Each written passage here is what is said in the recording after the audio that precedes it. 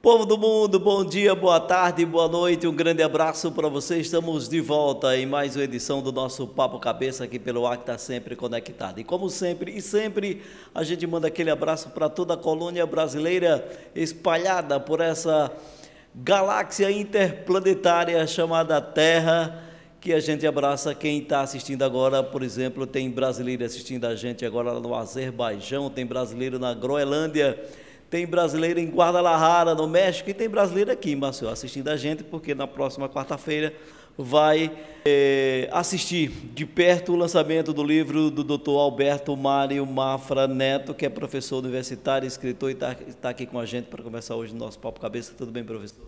Bom dia, boa tarde, boa noite. Tudo jóia, tudo tranquilo. Fala um pouco da sua vida acadêmica antes da gente falar do livro. Então, eu sou formado em Administração e Marketing pela Faculdade Estácio, tenho pós-graduação em Assessoria de Comunicação e Marketing pelo SESMAC e agora, recentemente, concluí o mestrado em Ciências da Comunicação pela Universidade Fernando Pessoa, em Porto, Portugal. E estou aí nessa luta como professor e coordenador de curso no Centro Universitário SESMAC. O que é mais difícil, escrever ou lecionar? Eu acho que é escrever, porque você tem que ter os mínimos detalhes. Não que a sala de aula não exija também digamos que uma dedicação. Uma dedicação, sim. Mas o escrever é primeiro, né? Então, o primeiro é sempre um pouco mais difícil. O livro As Estratégias da Assessoria de Comunicação e Marketing nas Disputas Presidenciais Brasileiras. O que é que te levou a lançar esse livro? Por que você escreveu? Primeiro, a paixão pela política. E a minha dissertação de mestrado, na verdade, é ela, né? Na pós-graduação, eu comecei falando um pouco das disputas eleitorais, e aí eu quis continuar a falar e trabalhando com política, que é uma das coisas que eu também gosto bastante na área de comunicação, e aí me despertou o interesse de pesquisar um pouco, né, qual era a influência e qual é a influência da assessoria de comunicação e marketing nas disputas eleitorais, especificamente nesse caso das disputas eleitorais presidenciais.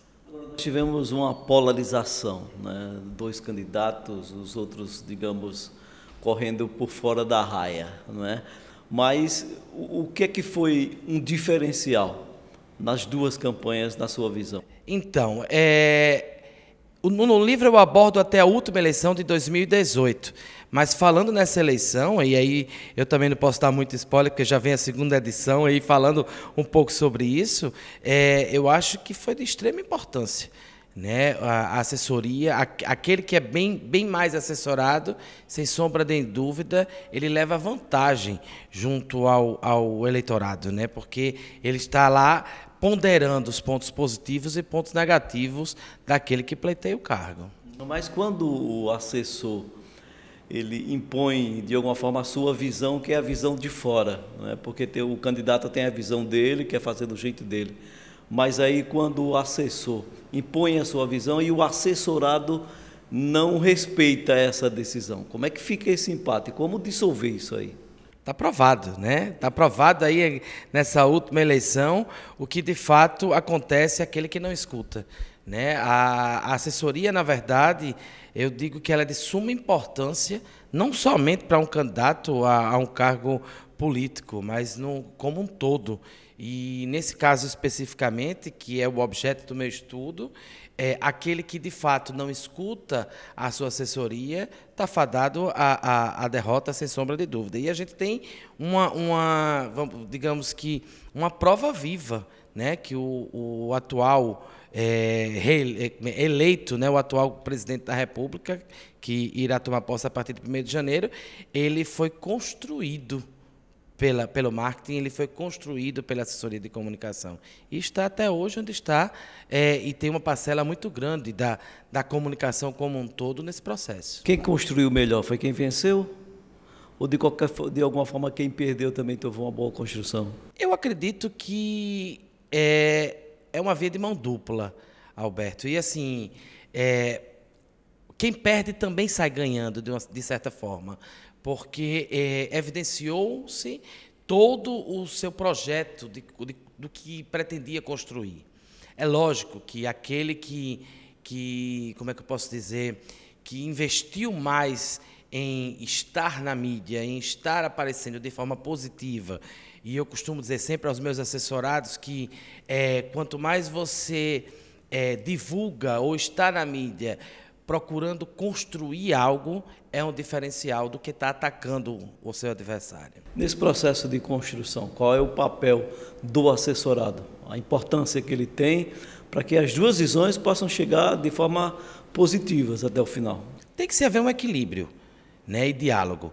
Não adianta você ter uma assessoria que você não tem uma certa, entre aspas, intimidade mesmo, de expor qual é o seu ponto de vista, de expor quais são os seus projetos de fato, o que você pretende fazer, isso falando logicamente para o lado de um pleito eleitoral. Agora, o plano de governo ele é essencial no caso de uma majoritária.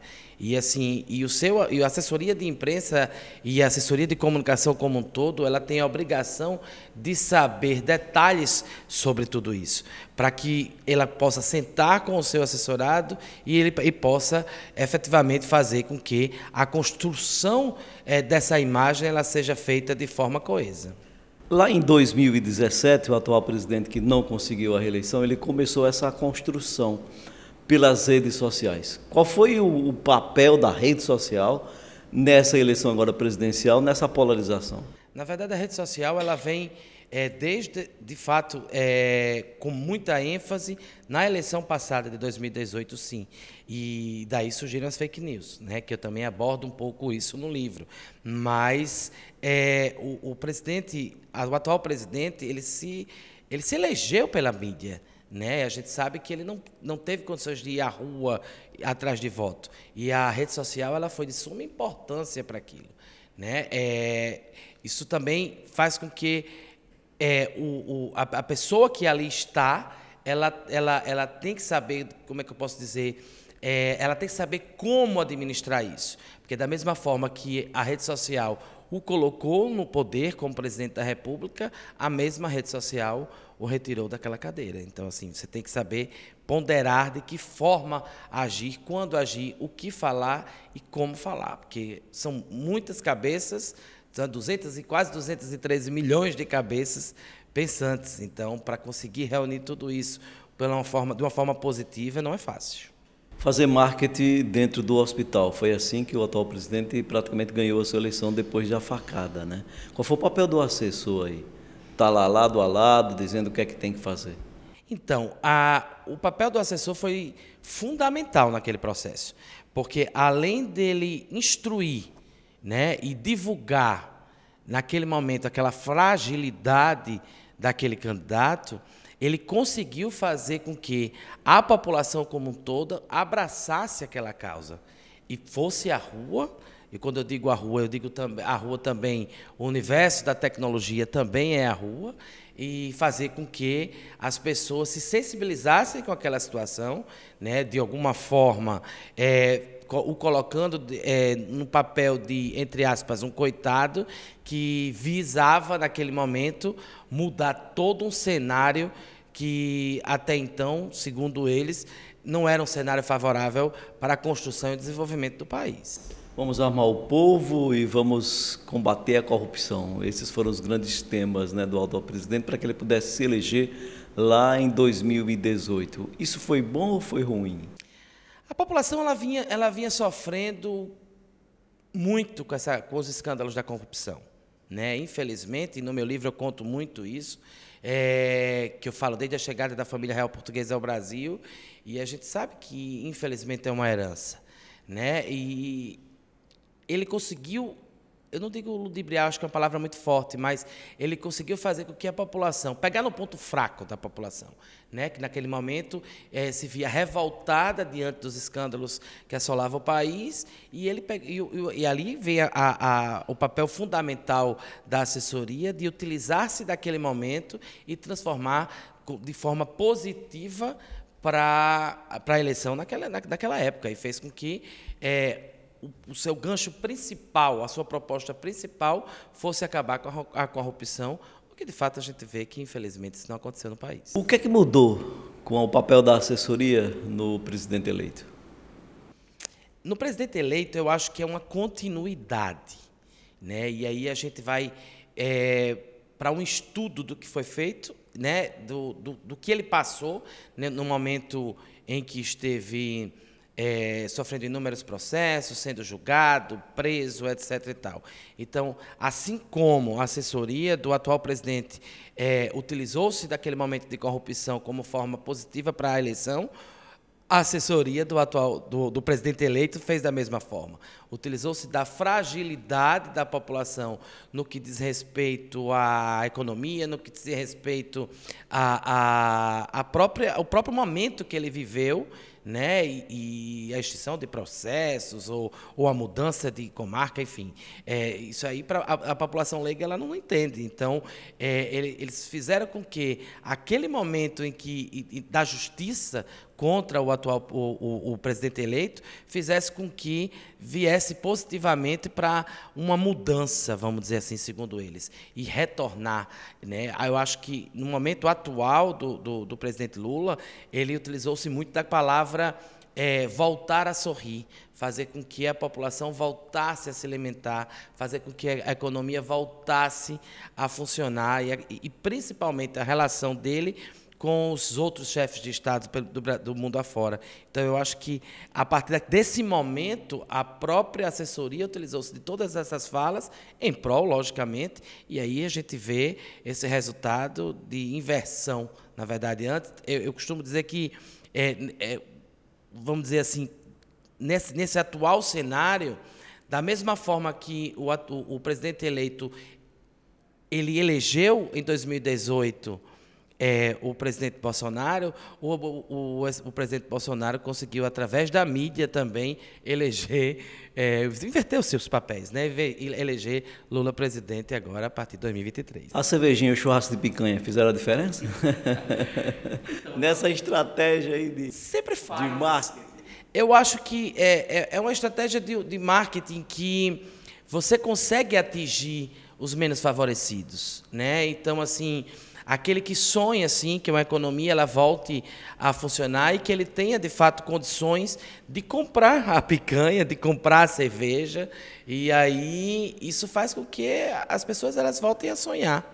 Então você tem que saber quando, de que forma e onde aquele seu assessorado pode falar aquela frase, de que forma ele pode fazer com que a população que esteja ali na rede social, independentemente do horário, assim como o programa ele assista, ele tem esse sentimento de que ele quer reviver o que pode até não ter vivido no passado, mas que ele tenha essa vontade de viver e de comprar sua picanha, de tomar sua cerveja e de mudar a economia do país. A gente está conversando com o professor Alberto Mário Mafra Neto, professor universitário, escritor, e que está lançando o livro, vai lançar o livro, As Estratégias da Assessoria de Comunicação e Marketing nas Disputas Presidenciais Brasileiras. A gente vai dar um intervalo, daqui a pouquinho a gente volta.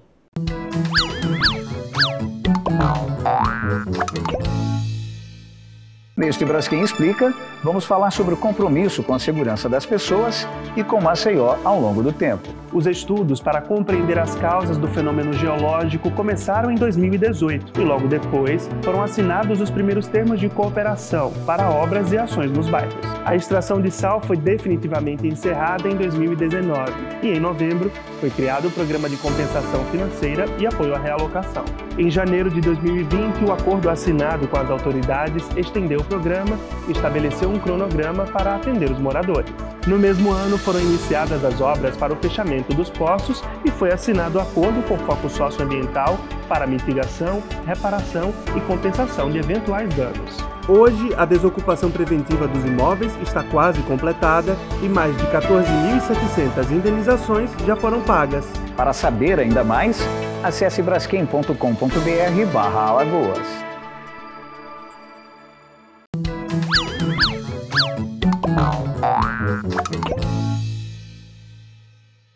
De volta aqui no Papo Cabeça, e a gente continua o nosso papo com o professor e escritor Alberto Mário Mafra Neto, que está lançando o livro As Estratégias da Assessoria de Comunicação e Marketing nas Disputas Presidenciais Brasileiras. Professor, a fake news, ela veio, parece que cair como uma luva para determinados candidatos, digamos assim. Infelizmente, aí vai um juízo de valor. Lamentavelmente, grande parte da população embarcou, né? Porque nesse processo de polarização, com apenas 2 candidatos, um dizia uma mentira e o outro acreditava que aquela mentira era verdade, principalmente o eleitorado. Que papel teve a fake news nessa eleição? Eu acho que a gente tem que fazer, Alberto, uma retrospectiva, na verdade. A fake news, ela surgiu, não surgiu agora, mas ela teve uma evidência maior nas eleições. Ficou mais forte, né? Muito mais forte em 2018, né? E aí a gente vê também, ressalta o papel do Supremo Tribunal Federal nessa eleição atual, com um trabalho muito intenso no combate às fake news. Mas a fake news, ela, na verdade, eu costumo dizer que é um vírus. Quando a gente tem um vírus no computador que praticamente a gente não consegue retirar, a fake news acontece isso na sociedade e na rede social como um todo. Infelizmente, nem tudo que se fala hoje é de fato verdade. Então, a população, de um modo geral, ela não tem o hábito, como nós que somos da comunicação, de averiguar se o fato é verídico ou não, qual a fonte daquela notícia. E isso, infelizmente, e ainda mais com a propagação desses aplicativos de mensagem, faz com que ela se torne cada vez mais frequente no dia a dia e que eu costumo dizer que ela envergonha a comunicação como um todo. Porque aquele profissional que se prestou a plantar aquela fake news, eu acredito que ele não tem tanto amor, esse é o meu ponto de vista, não tem tanto amor ao diploma que ele conquistou tão suado, para fazer que, quando você sai da universidade, da sua graduação, você faz um juramento, né, para a sociedade de trabalhar com transparência, de investigar de fato de onde vem aquela fonte. Eu não sou jornalista, mas fui professor do curso de jornalismo por muitos anos e sei de fato como é esse juramento. Então, eu costumo dizer também, continuar dizendo que a fake news, infelizmente, ela não vai ser cessada nunca, mas eu acho que os poderes, né, eles podem se juntar em torno de punir aqueles que, de fato, ficam plantando na rede social como um todo, na internet. A mentira virou verdade? É uma pergunta difícil, mas no mundo da comunicação, com os maus comunicadores, sim, a mentira ela vira verdade, infelizmente. E a mídia, qual foi o papel dela? A mídia ela tem um papel fundamental em tudo, não somente na questão das fake news, mas, infelizmente, o mundo capitalista como um todo, ele faz com que, como você mesmo me perguntou agora há pouco, a mentira faz com que a mentira ela vire verdade. Então, a mídia ela só propaga essa mentira, infelizmente. Por que a população, boa parte da população, embarcou nessa mentira, nessa fake news? No caso atual, você me pergunta, porque já conhece. Eu não tenho que levantar bandeiras, mas, assim, pelo viés profissional, analisando tudo que aconteceu, as pessoas, nesse caso específico atual, eles, pelo menos no meu entender, e eu ainda estou no início da pesquisa para a segunda edição, estudando bem o cenário atual, ele diz exatamente isso, eles quiseram reviver. Eu acho que a palavra que eu mais li e que eu mais ouvi nesse momento de pesquisa atual foi essa questão de reviver uma economia melhor, de acabar com as falsas promessas, e é o que todo mundo quer, um futuro diferente, um futuro em paz, um futuro melhor. É porque a fake news ela foi tão propagada, badalada, publicada, que boa parte desse público acreditou. Eu fico pensando assim, poxa, eu acho que se hoje alguém jogar por aí nas redes uma foto, eu de peruca, cabeludo, o cara vai acreditar que é verdade. Rapaz, o Alberto tá cabeludo, mesmo que eu depois apareça careca, mas o cara, não, a verdade é aquela lá que eu vi na foto, né? O que é que você traz no livro sobre essas Verdades e inverdades. Então, meu subtítulo ele fala sobre verdades versus ilusões. Isso dá um filme. Hein? Isso dá um filme. Se a gente for, eu acho que sim, viu? Uma boa dica, porque assim, nesse livro, como eu falei, eu faço um estudo desde a chegada, né, da família real portuguesa ao Brasil, onde nós somos herdeiros, vamos dizer assim, desse pensamento, dessas estratégias políticas. Isso vem muito antes da República, isso vem ainda na questão da monarquia. Então, assim, as ilusões eram plantadas. Não existia o nome fake news, mas existia a questão da ilusão onde se plantava. A gente tem uma concentração de pessoas em portas de quartéis, não é? E essas pessoas estão defendendo o que elas acham que deve ser verdadeiro, que o que aconteceu não poderia ter acontecido. O assessor, nesse momento, ele diz o quê para quem venceu e para quem perdeu? O direito à manifestação ela é livre e permitida na Constituição brasileira. Porém, no meu entender, esse momento que a gente vem vivendo no país, e aí eu entro adentro da sua pergunta, eu acho que seria de fundamental importância um posicionamento do atual presidente. Nós vivemos em uma democracia. A palavra democracia ela é muito clara. Então, nós devemos aceitar a vitória da mesma forma que nós devemos aceitar a derrota. Então, hoje eu sou vitorioso, amanhã eu posso estar derrotado e vice-versa. Então, está mais do que provado que as urnas eletrônicas elas são de extrema confiança. Nós somos exemplo para o mundo. Então, no meu entender, o presidente ele já deveria ter se posicionado junto a esse pessoal que está à frente dos quartéis, simplesmente para dizer, gente, acabou. Aceita que dói menos, né? Então acabou.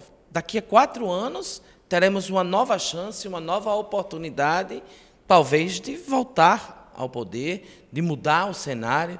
Então, isso muito me deixa curioso. E eu estava lendo uma reportagem ontem que me deixa mais preocupado ainda. Por que esse silêncio todo? Né? Então, a gente espera em Deus que as coisas continuem fluindo do jeito que estão e que, de fato, aqueles que são vitoriosos façam por onde mudar ou continuar ou fazer por onde o sonho desses quase 56 milhões de eleitores, né, de brasileiros, eles, de fato, fiquem satisfeitos com o seu voto. E aquele que foi derrotado, que ele aguarde mais 4 anos, trabalhe para onde ou por onde ele possa voltar ao poder. Se você tivesse de, estrategicamente, estar frente a frente com os dois, um ganhou, está girando o mundo, está no período de transição, o outro perdeu, está recluso, está intocado. O que você diria para os dois? É uma pergunta muito difícil. Na minha visão, enquanto brasileiro, eu diria, para que brigar? Vamos juntar-se, né? Pegar um na mão do outro e fazer com que o Brasil... Como diz o samba Adelaide, para que se lamentar? E o resto como é? Sem sua vida. E por aí vai. Pode encontrar. Né? Exatamente, a gente não sabe o dia de amanhã. E na política não é diferente. Eu acho que se nós parássemos de brigar e pudéssemos, mesmo cada um tendo o seu lado, eu acho que isso é até saudável, né? Até de forma que você possa cobrar o que o outro prometeu, mas sem brigas, sem xingamento, sem querer que o outro não dê certo.